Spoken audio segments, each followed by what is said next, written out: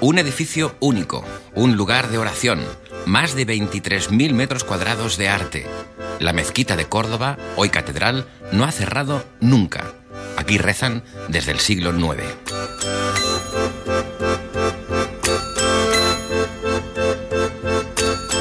Fue el lugar de culto más importante de Al-Ándalus, la expresión más notable de la arquitectura hispano-musulmana. 1000 años después, sigue viva para turistas y católicos. Un espacio que esconde el misterio de su historia, una historia que hoy quiero escuchar.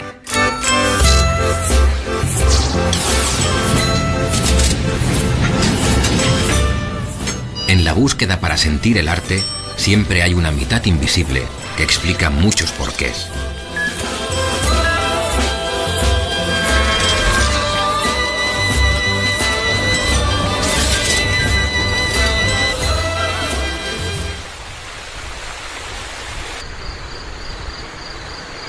Cruzo el Guadalquivir por este puente romano construido en el siglo I después de Cristo.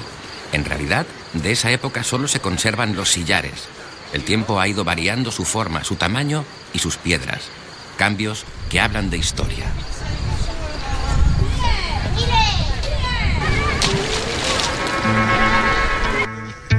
Pero este puente es solo un camino hacia la obra de arte a la que dedico este capítulo, la mezquita de Córdoba.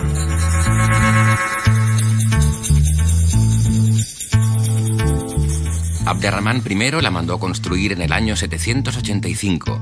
Había llegado 30 años antes, huyendo del golpe de estado contra los omeyas en Damasco. Logró escapar al punto más lejano del territorio islámico y aquí se declaró emir independiente. Fue el primer omeya de Al-Ándalus, una dinastía que convirtió Córdoba en la capital y a esta mezquita en la representación arquitectónica de su estado, en su memoria.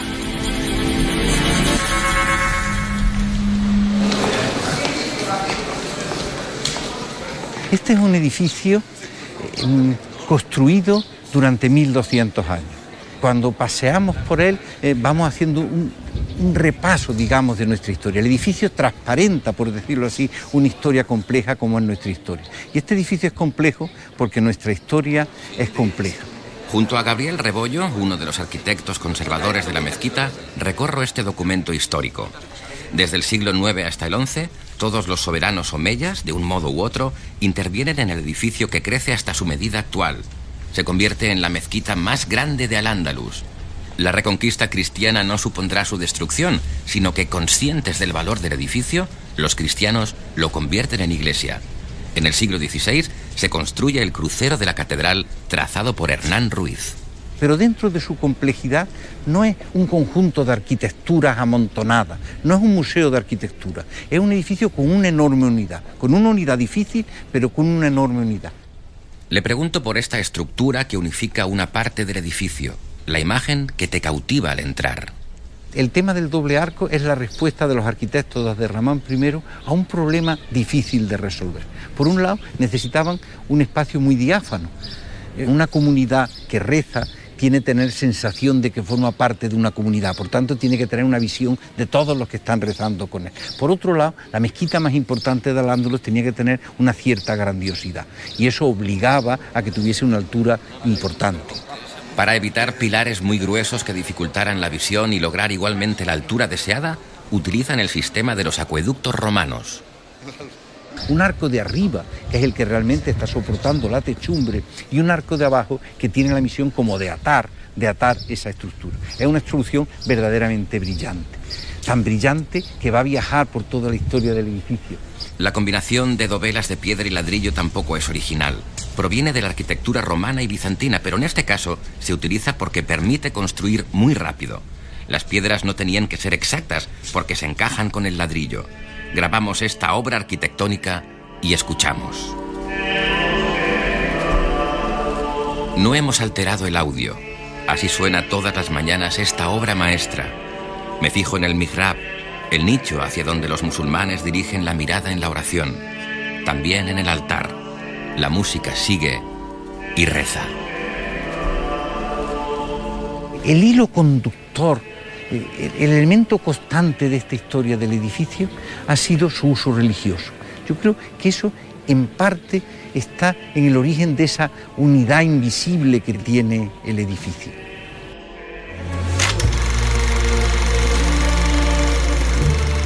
Aquí siempre se ha rezado, y mirando el folleto informativo queda claro en qué momento de la historia estamos.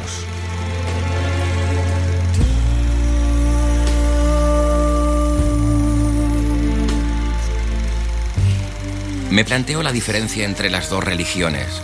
Los católicos buscan que el de arriba les ilumine, valoran los ritos, existe una jerarquía. Una mirada vertical frente a otra horizontal. Los musulmanes miran en una misma dirección. Hombro con hombro, escenifican la unidad de la comunidad. Dos dioses, dos mundos. Exacto. Le pregunto a Gabriel su opinión sobre el crucero. A pesar de que se haya perdido la unidad estilística, yo creo que el edificio se ha enriquecido enormemente. La introducción de la luz, que para mí es un tema tan importante en este edificio que representa el crucero, esa especie de explosión de luz en el corazón de la vieja mezquita que es el crucero, indudablemente enriquece el viejo edificio. Además, reconoce que Hernán Ruiz, padre e hijo, ofrecen soluciones arquitectónicas bastante respetuosas con el edificio preexistente. Y sugiere, como muchos otros, que gracias a esta obra que cristianizó el edificio, la mezquita o catedral, o como se quiera llamar a este símbolo, sigue en pie y hoy podemos disfrutarlo. Quiero volver a los orígenes, al periodo del poder islámico en la península, a Al-Ándalus. En el centro de Córdoba hay muchos lugares que aluden a la historia, tal vez como reclamo turístico.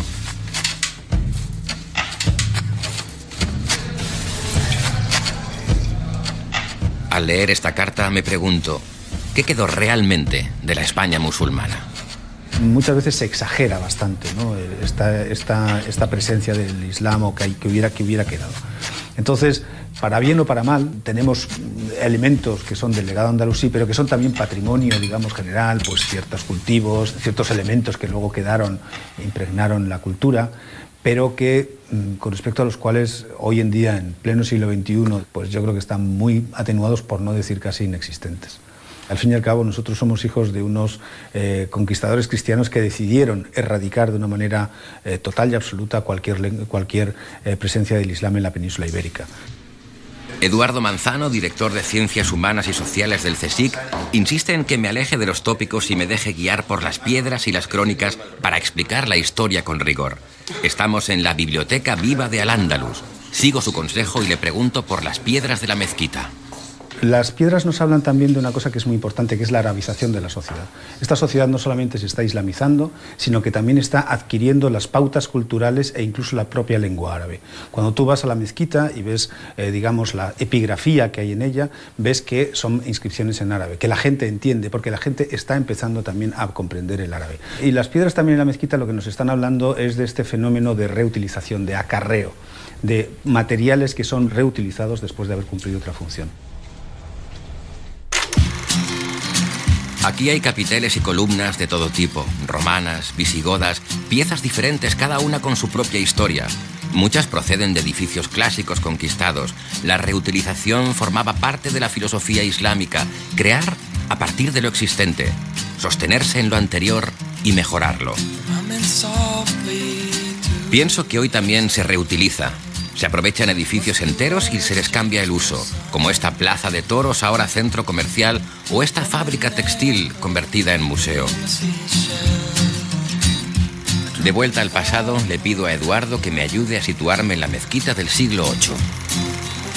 Primero te encontrarías evidentemente la llamada a la oración, que se haría, digamos, desde el alminar de la mezquita, y te encontrarías también, como te he dicho antes, con gente que en pequeños grupos o en pequeños corros estarían escuchando de estos ulemas que han vuelto de Oriente y que han traído sus enseñanzas. Y estarían discutiendo sobre cosas muy profundas, ¿no? Y también una de las cosas que de alguna manera verías en la mezquita sería la exaltación del emir, o ya más adelante, ya en el siglo X, del califa Omeya. Córdoba es entonces la capital de Al-Ándalus. Se convierte en el centro político, comercial y artesanal de la península. Al mismo ritmo que la ciudad, crece la mezquita. Todos los omeyas intervienen. Las ampliaciones están muy bien documentadas por crónicas y piedras, pero yo utilizo frutos secos para visualizar cómo crece la mezquita original de Abderramán I. Abderramán II amplía 7 naves. Después, Al-Hakam II la hará crecer hasta el mihrab actual. Y por último, Almanzor la amplía hasta su tamaño actual. Se producen ampliaciones en la mezquita porque el número de musulmanes en Al-Ándalus está aumentando, por efectos fundamentalmente de la conversión y por efectos también del aumento demográfico que se está produciendo en Córdoba. Esto es muy importante para nosotros, porque generalmente se tiende a considerar que el periodo andalusí es una especie de barniz. Llegan unos señores que la gente llama que dice que son los moros, que están durante una serie de siglos y finalmente les acabamos echando fuera gracias a la Reconquista. Así pues, las piedras que se van añadiendo hablan de islamización. Algunos se convierten convencidos, otros por agradar al poder o incluso por mejorar su posición social. El edificio crece durante 200 años y aumenta su capacidad de 5.000 a 25.000 musulmanes. El diseño original se mantuvo siempre como una especie de memoria de los omeyas, una dinastía que amaba su mezquita. Cuanto allí hay, parece que lo hicieran sus constructores de oro y plata. No tiene igual en toda Mesopotamia. Lo compruebo leyendo una crónica del siglo IX. Nada igual. Me planteo si nos han llegado muchos documentos como este y de otros temas. ¿Cómo es realmente el legado andalusí? Seguimos teniendo gran número de textos que proceden de esta época. Son textos de muchos tipos, es decir, hay una variedad enorme de textos que tenemos. Tenemos textos históricos, pero tenemos también textos filosóficos de una calidad extraordinaria, tenemos textos literarios de una calidad verdaderamente también impresionante en muchos casos. El legado es de tal amplitud que a veces nos deja verdaderamente sorprendidos. Me despido de Eduardo, de las crónicas y del papel, pero no abandono la lectura. Las piedras escritas. La epigrafía estudia estos restos arqueológicos que son documentación al mismo tiempo y, como me cuenta María Antonia Martínez, arabista y epigrafista, la fuente que ella sabe leer es más fiable que muchas otras porque no sufre alteración, no se copia. La escucho leyendo la inscripción más antigua. Letras que decoran pero que descubren fechas, nombres propios e ideologías.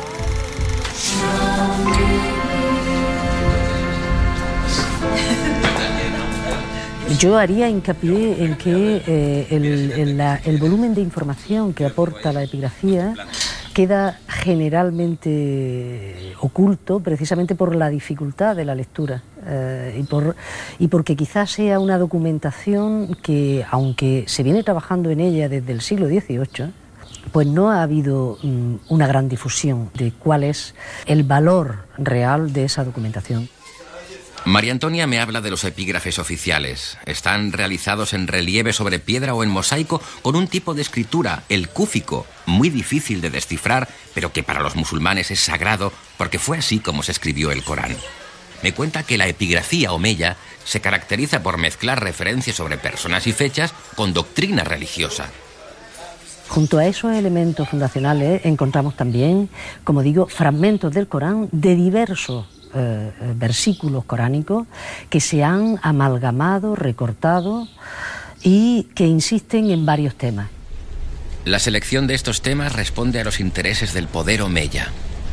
Es curioso que aquí en la mezquita y en la zona del mihrab se suprimen los versículos precisamente que tienen que ver con eso, con la recompensa por las obras, con el paraíso como recompensa por las buenas obras. Es lo que se conoce con el nombre de predestinación o determinismo musulmán. Frente a los restos de la última sala de abluciones, hoy conservados en un hotel, seguimos hablando de piedras escritas. Además de los epígrafes oficiales en la mezquita, se han encontrado otro tipo de inscripciones. Luego tenemos otro sistema completamente distinto de escritura mucho más espontánea, los llamados grafitis, y lo que suelen reproducir son nombres de personas, antropónimos. Pueden responder o bien a los canteros que labraron, que sacaron las piezas de la cantera, o bien a las personas a las que iban destinadas, me refiero jefes de talleres, califales, a las que iban destinadas esas piezas extraídas de las canteras que luego se iban a utilizar en la mezquita de Córdoba. Intenciones desconocidas de personas invisibles. Quizá dejaron su firma para dejar de serlo y que hoy nosotros hablásemos de ellas. O quizás simplemente era el sistema que usaban para contar las piedras que habían trabajado y poder cobrarlas. En la mezquita, todos los epígrafes han sido descifrados. María Antonia Martínez trabaja ahora en la lectura de otras piedras. El yacimiento que se está aportando con una cronología muy próxima a la de la mezquita, inscripciones nuevas continuamente, es Medina Zara.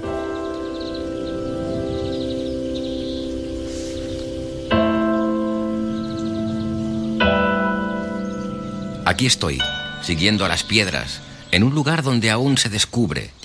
Medina Azahara es la ciudad palatina que mandó construir Abderramán III.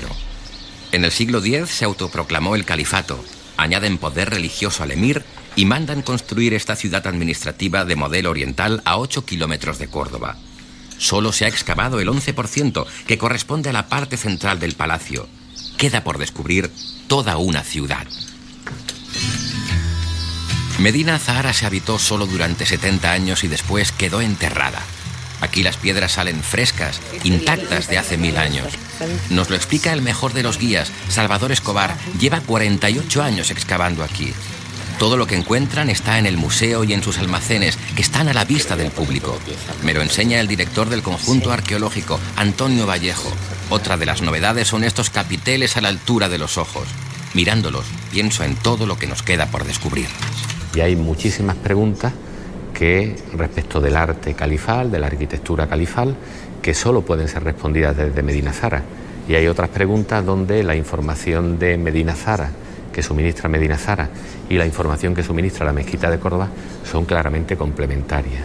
En el fondo, Medina Zara es la ciudad de la dinastía omeya, de la misma manera que la mezquita Al-Jama de Córdoba era la mezquita dinástica, era la mezquita de la dinastía omeya. Aquí puede compararse la arquitectura civil y religiosa de Al-Ándalus. Los restos encontrados muestran claras diferencias. La mezquita de Medina Zara y la mezquita de Córdoba tienen unos capiteles que llamamos lisos, de hojas lisas, que no tienen mucho que ver con estas hermosuras, ¿no? Con estos capiteles de labra profunda, con una extraordinaria decoración de trépano y con esta calidad, con esta proporción. Son privativos de los edificios de representación, son privativos, por tanto, de los edificios que utiliza el califa.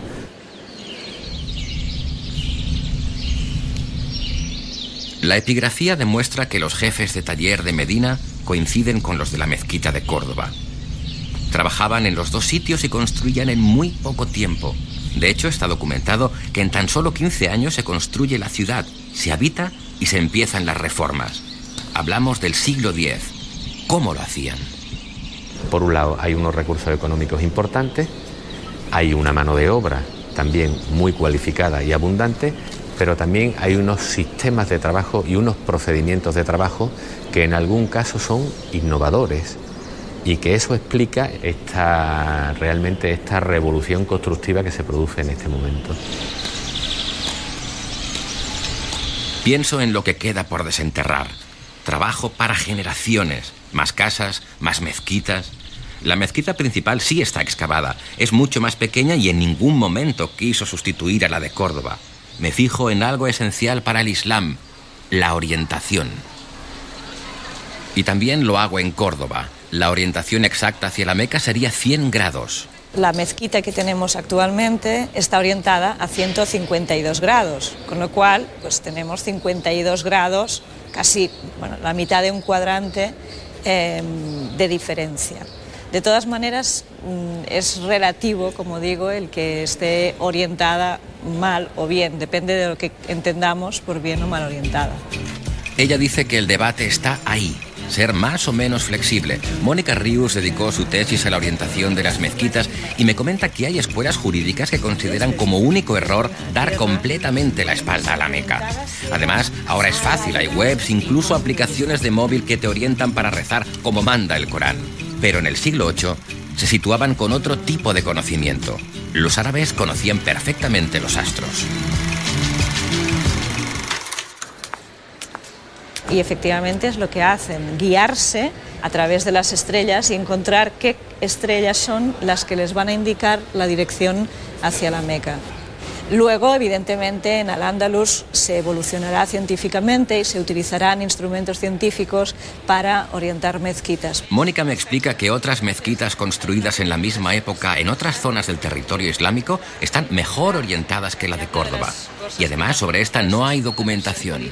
Y eso es un misterio para nosotros, pero ya era un misterio para los andalusíes, que escribieron pues bastantes tratados hablando de cómo había sido orientada su mezquita. Además es la mezquita de Córdoba, es la más importante del Andalus, por tanto era un tema de mucho interés.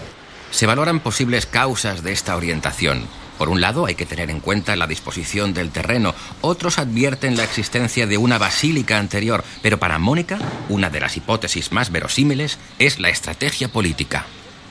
Algunas teorías indican que cuando se hizo la mezquita de Córdoba, los conquistadores quisieron hacer una mezquita no orientada hacia la Meca, sino orientada como la Meca. Al construirla reprodujeron el mismo cielo que se ve en la Meca. Por eso el mihrab de la mezquita es paralelo a la Kaaba de la Meca. Podría ser que Abd ar-Rahman I hubiese querido hacer un nuevo centro de peregrinación en esta nueva región conquistada que era Al-Ándalus. Es una de las teorías que no cabe descartar. Lo que pasa es que no tenemos tampoco ningún texto que nos confirme esa hipótesis, con lo cual estamos siempre en el mundo de la teoría. La colocación de las piedras y sus motivos invisibles. Unas piedras confirman y otras advierten. Sigo tocándolas ahora en estos baños árabes del Alcázar califal. A los guionistas les encantaría verme con poca ropa en uno de estos evocadores espacios ahora tan turísticos que rememoran la ocupación islámica, pero como manda la ciencia, estamos en estos baños sin agua, los verdaderos, y yo sigo en mi obsesión preguntando a las piedras. Busco ahora a quien las desentierra, las data y las interpreta. En la Universidad de Córdoba encuentro a Pedro Marfil. Ha excavado muchos años en la mezquita, horas y horas. Le pido que me explique lo que él ha podido ver y yo no. Y en lugares que son imposibles de ver, solamente lo va a ver el que está trabajando ahí, porque es pequeñísimo el sitio, hasta en el sitio más recóndito de una bóveda que es imposible que lo vea nadie, está perfecto. Y eso es porque está hecho para que lo vea la divinidad, no está hecho para que se vea por el público.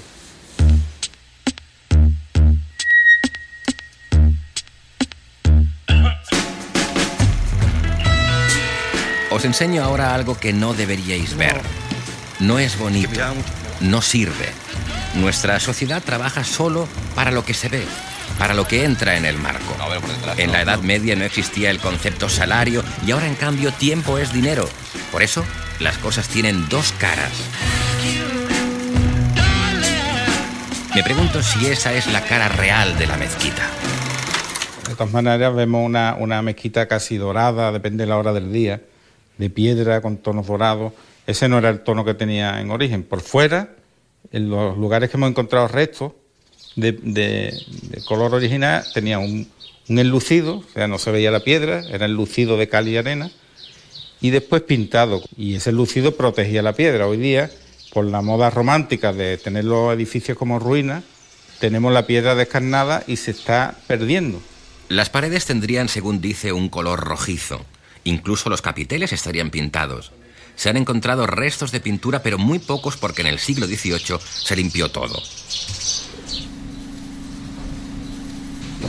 Acompaño a Pedro a un lugar no accesible para el público, el interior de la torre. Aquí se conservan restos originales del alminar de Abd ar-Rahman III. Le pregunto cuál es el espacio que más le gusta de la mezquita. El tejado. Cientos de metros de cubierta, casi todas dos aguas, con los canales de evacuación del agua todavía originales, en los que puedes sumergirte en un espacio casi intransitado por nadie, y es un espacio mágico. 11.000 metros cuadrados de cubierta, un lugar al que solo unos pocos pueden acceder. Le gusta lo más alto quizá porque ha pasado horas excavando bajo tierra. Durante un año lo hizo aquí. A mí no me dejan entrar, pero a Paul, nuestro cámara, sí. Le dejo aquí, esperando que lo grabe bien, porque es el único que puede enseñarnos estos 50 metros de espacio invisible. Aunque estemos ahora mismo dentro de la mezquita, dentro de la catedral, estamos en la primera nave de la ampliación lateral de Almanzor, que al ampliarse dejó enterrado una calle. Entonces, a 4 metros de profundidad tenemos la calle del siglo VIII, que está sustituyendo una calle romana. Tenemos la fachada de la mezquita en alzado, 4 metros en alzado, no es cimentación. Y también quedaron enterradas las salas donde se limpiaban antes de entrar a rezar. Porque hemos encontrado reparaciones de la sala de abluciones y dentro de la argamasa cerámica del siglo X, cerámica hecha en tiempos de Ramón III.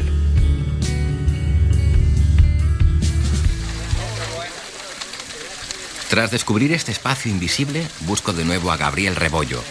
Junto a Gabriel Ruiz Cabrero, lleva 30 años trabajando en la conservación de este edificio. Quiero conocer el criterio que les guía. Igual que una biografía buena no debe de eludir la complejidad de una persona, una buena restauración, una buena conservación de un edificio no debe intentar simplificar el edificio, no debe intentar volver a la mezquita primitiva, volver a la mezquita del siglo X, sino intentar entenderlo en toda su apasionante complejidad, ¿no? Hablamos sobre las últimas intervenciones. Son básicamente restauraciones donde ante todo prima la prudencia. Me pregunto si el edificio ha cambiado mucho en las últimas décadas y utilizo el archivo de Televisión Española para situarme. El jefe del Estado se dirigió hacia la mezquita para inaugurar la nueva iluminación, espléndida realidad que magnifica el soberbio monumento.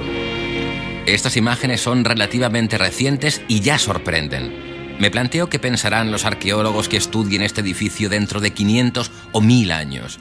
¿Sabrán lo que hicieron mis contemporáneos? ¿Existiremos para ellos? A nosotros nos gustaría que nos descubran también, porque con toda esa prudencia y con toda esa sensación, humildad ante un edificio tan tremendamente impresionante, el hombre del siglo XX, siglo XXI, dejen algo de sí mismo en un edificio que en el siglo XX y siglo XXI estuvo completamente vivo. Me voy, pero aquí mañana seguirán las visitas, seguirán cantando. Las piedras me han explicado parte de su historia, cuándo se construye, cómo crece, por qué cambia, pero su historia sigue y seguro que otros leerán las piedras que lleguen después. Yo he disfrutado escuchándolas, entendiendo su historia y su vida.